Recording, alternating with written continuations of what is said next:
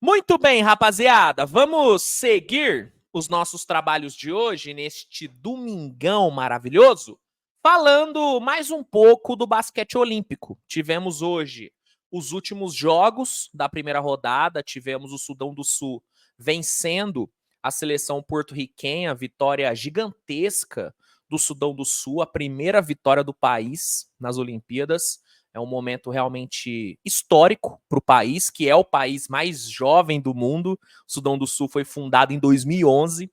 Então, assim, já é um marco nessa história recente do país. Baita resultado, baita vitória. Inclusive, foi a primeira vitória, né, de uma seleção africana no basquete olímpico desde 96, cara. Desde 96, uma seleção de basquete africana não vencia um jogo nas Olimpíadas. Então, o Sudão do Sul conseguiu um resultado histórico não só para o seu país, mas também para o continente africano. Realmente foi um domingo especial para os caras. E tivemos também a seleção dos Estados Unidos estreando com a vitória absurda em cima da Sérvia. Uma vitória avassaladora do Dream Team dos Estados Unidos. Dominaram o time sérvio. Duran e LeBron jogaram uma barbaridade hoje. Foi a estreia dos sonhos do Dream Team. Hã? Estreia dos sonhos, Dream Team. Hã? Gostou do trocadilho? Uma merda, né? Mas eu tentei. Como diria Chico Moedas, eu tentei fazer um trocadilho. Enfim, esses foram os jogos de hoje, foram os dois jogos que encerraram a primeira rodada.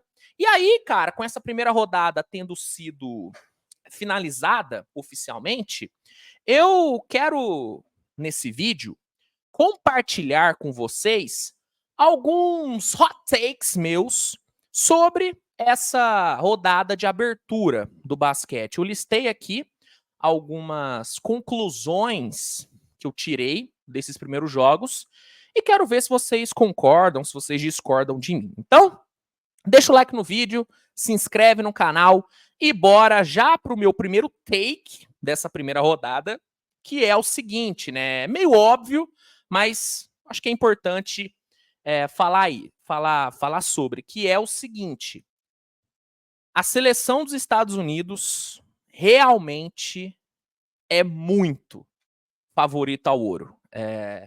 Eu falei bastante nesse pré-Olimpíada sobre como seria difícil para a seleção dos Estados Unidos chegar ao ouro. Eu bati muito na tecla de que, pelo fato do basquete estar mais globalizado do que nunca, não seria tão fácil assim para eles conquistarem a medalha de ouro, mesmo montando esse time estrelado, esse time inacreditavelmente bom. Eu bati muito nessa tecla.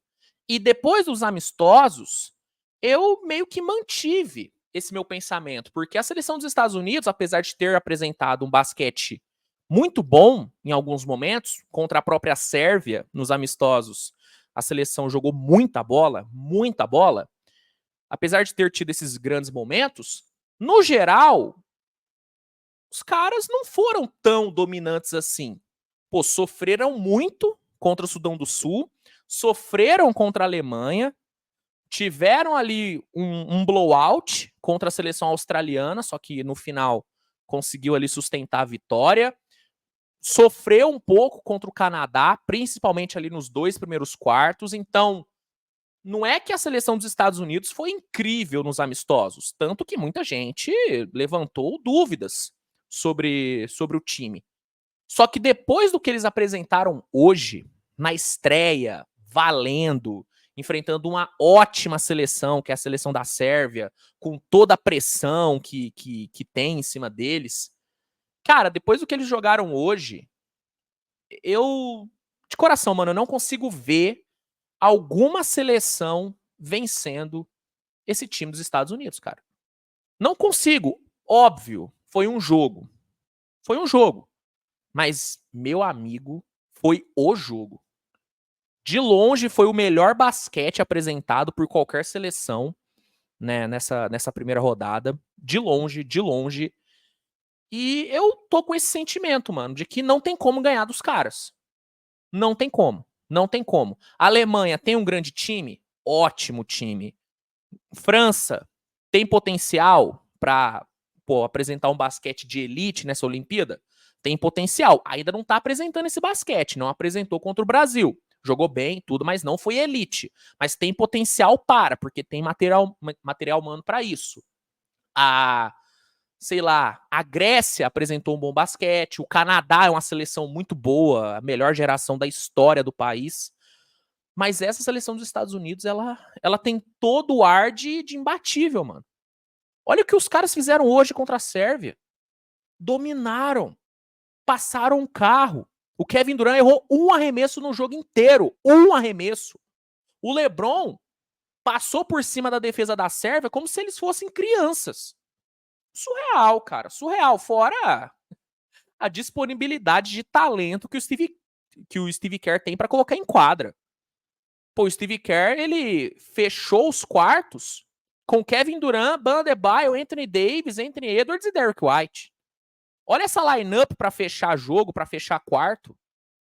Pô, mano, o garbage time dos Estados Unidos é com esses caras, pô.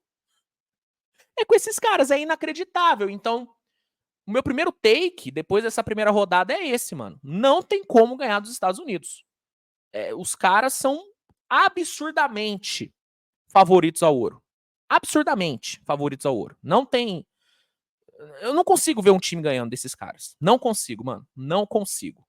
Esse é o primeiro take. O segundo take, o meu segundo hot take dessa primeira rodada, é sobre o Sudão do Sul. E é o seguinte: o Sudão do Sul não é, nem de longe, a pior seleção dessa Olimpíada.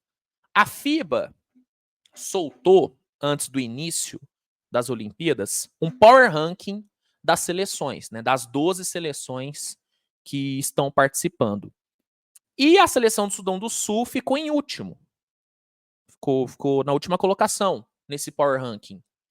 E quando saiu o power ranking, ninguém questionou essa última colocação da seleção do Sudão do Sul, porque, pô, era estreante, a maioria das pessoas não assistiram a seleção do Sudão do Sul jogar, porque quem assiste Copa do Mundo de basquete mano, é viciado, é fã hardcore de basquete. Fã casual não assiste Copa do Mundo, não assiste, não assiste muitas competições FIBA. Fã casual assiste ali a NBA, assiste NBB e Olimpíada. Então, não houve nenhum grande questionamento, não houve nenhum grande debate sobre a seleção do Sudão do Sul estar na última colocação desse power ranking. Só que depois do que essa seleção, esse time mostrou hoje contra Porto Rico, e depois do que já havia mostrado contra a seleção dos Estados Unidos, no amistoso, para quem não viu, o Sudão do Sul quase ganhou dos Estados Unidos, bichão. Se não é o LeBron James ali no final, salvando a pele dos caras, o Sudão do Sul tinha ganhado. Então, depois do que eles apresentaram hoje e no amistoso contra os Estados Unidos, não dá para dizer que a seleção do Sudão do Sul é a pior seleção dessa edição do basquete olímpico. Não dá. Não dá. Pelo que jogou, para mim, o Sudão do Sul tá na frente tanto de Porto Rico como também do Japão. Beleza, o Japão pegou um adversário muito difícil, pegou a Alemanha, campeã do mundo e tudo. Só que, basquete por basquete, eu acho a seleção do Sudão do Sul melhor. Mais bem treinada, muito disciplinada taticamente. O Royal Ivy tá fazendo um trabalho absurdo de bom com esse time. É uma seleção que, apesar de não ter grandes nomes, grandes estrelas, é uma seleção que tem jogadores bons, de qualidade, que fazem o que tem que fazer. Carlik Jones, ele é o playmaker, ele é o jogador de mano a mano dessa seleção. Ele faz isso bem. O Wayne Gabriel tá ali para fazer parede e brigar dentro do garrafão. Faz isso. Tem ali o Kuo, tem ali o Shyok, se não me engano, é Shyok o nome do ala. Estão ali para matar a bola de fora. Matam bola de fora. Diti Thor tá ali para ser esse jogador de força e tudo, e também para matar a bola. Ele faz isso. Então, é um time taticamente bom, físico e muito dedicado. Muito dedicado. E, para mim, não dá para falar que o Sudão do Sul é a pior seleção dessa edição, mano. Não dá, não dá. Para mim, tá na frente de Porto Rico, tá na frente do Japão, e para mim é uma seleção que pode sonhar com classificação para as eliminatórias. Não é absurdo imaginar o Sudão do Sul se classificando, cara, passando da fase de grupos. Não é absurdo. Então, esse é o meu segundo take. Sudão do Sul não é o pior time dessa Olimpíada, mas não é mesmo. Não é mesmo, tá? Terceiro take. Agora um take sobre a seleção grega. E o meu take é o seguinte: não dá para dizer que a Grécia se resume ao Giannis Antetokounmpo. Eu admito que eu tinha essa visão antes de ver a Grécia jogar contra o Canadá. Eu tinha a visão, eu tinha a impressão de que a Grécia era 100% baseada em... O time grego, né, era 100% baseado em deixa o Giannis jogar. Dá a bola na mão do Giannis e deixa ele jogar. Meio Will Smith, né, no Maluco no Pedaço. Qual que é a estratégia, treinador? Passe pro Will. Entendeu? Meio que eu achei que a Grécia era assim. Por ignorância minha, por desconhecimento meu. Eu não assisti tantos jogos assim da Grécia. Eu assisti o jogo contra a Eslovênia, no pré-olímpico, e assisti alguns jogos do Eurobasket da Grécia. Assisti todos os jogos, mas eu não acompanhei tudo desse time da Grécia durante todo o ciclo. Eu não vi muito. Então, por ignorância minha, e eu acho que muitos também tinham essa impressão, a Grécia era um time 100% baseado em dar a bola na mão do Giannis e deixar ele jogar. Não é assim. Não é assim. É óbvio que é um time que joga em função do Giannis. Não tem como dizer que não. E nem tem como ser diferente, porque, mano, você tem o Giannis no seu time. Um dos melhores jogadores do mundo. Talvez o jogador mais dominante do basquete atual. Você tem esse cara. Você não vai jogar em função dele? Pô, é burrice. O Bucks joga em função do Giannis. O Bucks. Então, a Grécia sim joga em função dele, mas não é... O jogo da Grécia não é só o Giannis. Tem ali um trabalho tático bom, cara. O Vassilis Spanoulis, que é o treinador do time grego, ele tá fazendo um trabalho bem interessante. Ele tá conseguindo fazer esse time jogar de uma forma que potencializa o jogo do Giannis. E que faz com que o Giannis também potencialize o redor do time. Esse jogo baseado em driving kicks, em rotação de bola, em espaçamento de quadra, faz muito bem pro jogo do Giannis, porque abre espaço para ele infiltrar. Quanto mais espaçado o seu time tá, mais aberta a defesa adversária fica, e aí abre espaço para as infiltrações do Giannis. E ajuda o time, porque com o Giannis infiltrando, e com os outros 4 jogadores abertos, alguém vai ficar livre para arremessar, porque a defesa adversária, por instinto, vai aglutinar em cima do Giannis quando ele estiver infiltrando. Então, esse jogo de driving kick, de espaçamento e essa entrega defensiva que esse time grego tem é algo que eu, sinceramente, eu não esperava ver. Eu esperava ver um time muito, muito dependente do Giannis. E não é o que vimos contra o Canadá. Vimos uma seleção coletivamente boa, disciplinada, sabe? Que sabe o que fazer com a bola. Não é uma seleção perdida. Não é. Então, isso mostra o quão bom é o trabalho do Spanoulis. Está se mostrando um treinador bem bom. E mostra que a Grécia não é Giannis Sport Clube. Óbvio, joga em função dele, mas não joga só para ele. Entendeu? Tem uma diferença nisso. Tem uma diferença nisso. Então, esse é o meu segundo take. Não dá para resumir a Grécia a só Giannis Antetokounmpo. Quarto take. Agora um take sobre a seleção australiana. A Austrália vem para brigar por medalha, viu? Eu admito que eu não estava tão alto com esse time australiano, tá? Não foi um time que me encantou, assim, nos amistosos. Eu vi uns 2 amistosos da Austrália, não me encantou, não me gerou, sabe, eu não colocava a Austrália como favorita à medalha, né, pelos amistosos. Só que, olhando para o jogo que eles fizeram contra a Espanha, eu mudei meu olhar para esse time da Austrália, mano. Eu mudei meu pensamento, eu mudei minha percepção. É um time coletivamente bom, que tem ali jogadores que individualmente conseguem resolver. Josh Giddey, Perry Mills, Jock Landale. São 3 caras que no basquete FIBA crescem muito, principalmente o Perry Mills. O FIBA Mills vive, apesar da idade. O FIBA Mills vive ainda, é um cara que ainda decide jogo, tem capacidade de decidir jogo. Então, esse time australiano, para mim, briga por medalha. Briga por medalha. Esse jogo contra a Espanha me fez olhar assim, me fez mudar o meu olhar para esse time. Hoje eu coloco os cangurus na disputa por medalha. E aí, para encerrar esse vídeo, eu vou compartilhar com vocês 2 takes sobre a França, tá? 2 sobre a França.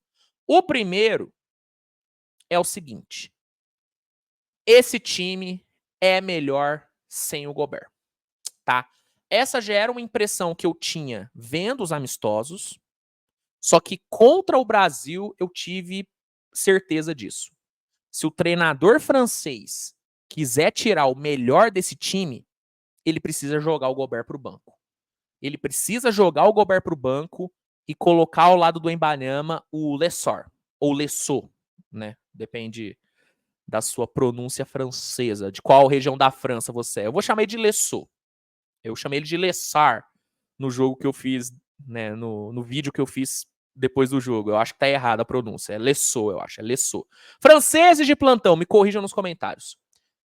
Enfim, independente da pronúncia, para mim, se o técnico quiser tirar o máximo desse time, ele tem que tirar o Gobert e colocar o Lessot ao lado do Wembanyama. É impressionante como que o time funciona melhor, como o time trabalha melhor com e sem a bola, com o Lessor do lado do Wemby, no garrafão. É impressionante, cara. É impressionante. Porque, assim, o Gobert, obviamente, é melhor do que o Lessot. É melhor do que ele. Não tem discussão em relação a isso. Só que, pro jogo do Wembanyama aflorar, pro Wembanyama jogar mais solto, é melhor que o Lessot faça a dupla com ele. Porque o Lessot, ele é aquele operário da bola. É o cara que faz o trabalho sujo, é o cara que facilita a vida do Wembanyama. O Gobert não faz isso tão bem. Fora que o Gobert, por não ter muita mobilidade, na verdade, zero mobilidade, ele muitas vezes ocupa o mesmo lugar na quadra que o Wembanyama. Os dois acabam batendo cabeça no garrafão em vários momentos. O Lessot não, o Lessot ele é um pouco mais móvel, ele é um pouco mais versátil assim. Então, isso acaba fazendo com que o time funcione melhor. Então, para esse time jogar o máximo que pode, para mim o Gobert tem que ir pro banco. Não tô falando que o Gobert não pode jogar, mas no lugar do Wembanyama. Vai rodando os dois. Bota o Wembanyama para descansar, joga o Gobert no lugar dele. Para mim, esse é o melhor que o técnico francês pode fazer para desbloquear esse jogo da França. E outra coisa que eu acho que ele também poderia fazer é mover tanto o Nitilikina como o Cordinier para o time titular. Os dois, por serem jogadores leves, rápidos e que defensivamente são versáteis, conseguem defender 2 posições diferentes, eles fazem com que essa lineup, junto do Wemby, do Lessot e do Batum, faz com que essa lineup seja muito forte na defesa e muito mais leve no ataque. Eu gosto mais desse time francês quando tem essa lineup. Nitilikina, o Cordinier, o Batum, Lessor e o Wembanyama. Eu gosto mais dessa lineup. Deu certo contra o Brasil, os melhores momentos da França contra o Brasil foram quando esses caras jogaram. Então, além de mover o Gobert para o banco, eu acho que é interessante esses dois também irem para o time titular, o Nitilikina e o Cordinier. Eu acho interessante. Então, esse é o primeiro take sobre a França. O segundo é: vai ser difícil vencer esse time francês.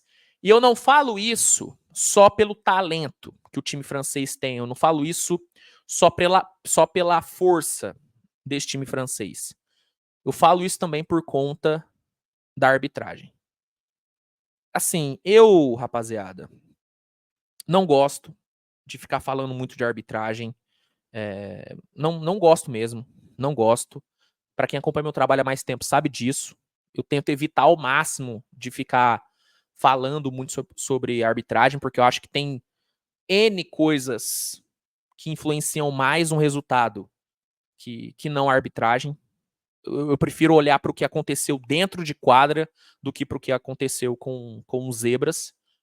Mas eu já percebi que nessa Olimpíada a arbitragem vai ser absurdamente caseira. E eu não falo nem só pelo jogo da França contra o Brasil, que aquilo lá foi surreal. A falta de critério, na verdade, a mudança de critério da arbitragem ali foi loucura. Acontecia um lance envolvendo um jogador francês, era falta. Acontecia o mesmo lance, só que em cima do jogador brasileiro, não era falta. Então, assim, não teve critério. Na verdade, teve, mas era um critério deturpado. Mas eu não falo nem só sobre. Eu não falo isso só por conta desse jogo contra o Brasil. Se você está acompanhando outras modalidades da Olimpíada, você deve estar percebendo que está sim existindo uma certa tendência a favorecer os atletas da casa. Isso no judô, isso em qualquer esporte, qualquer modalidade. No próprio skate também rolou um pouco disso. E vai rolar em todas as modalidades, porque parece que essa é a tendência. Ah, tem atleta da casa, tem atleta francês, dá uma atençãozinha a mais. Parece que é essa orientação que a arbitragem recebeu. Não tô especulando, não tô criando nenhuma teoria da conspiração aqui. Eu não quero parecer o John Texter. Eu não quero parecer o John Texter. Mas é a sensação que eu tô tendo, mano. Que sempre que tiver ali se tiver dúvida sobre uma marcação, o atleta da casa ou o time da casa vai ser favorecido. Então, esse é meu último take dessa primeira rodada. Vai ser difícil bater nos caras. Vai ser difícil vencer os caras, porque bater vai ser impossível, né? Porque se relar no cara é falta. Mas vai ser difícil bater os caras, vai ser difícil vencer os caras, porque, além de tudo, a arbitragem tá com eles. Né? Naquele tá com nós ou tá com os caras, a arbitragem tá com os caras. A arbitragem tá com os caras. Enfim, esses são alguns takes, algumas opiniões que eu tive após essa primeira rodada. E eu quero saber as suas. Quais são as suas opiniões? Quais são os seus takes após essa primeira rodada? Você concorda com os meus takes? Acha que eu tô correto nos meus pensamentos? Manda aí nos comentários. Se gostou do vídeo, deixa o like, se inscreve no canal. E é isso, tá? Nos vemos mais tarde com mais conteúdo. Grande abraço e tchau, tchau, rapaziada.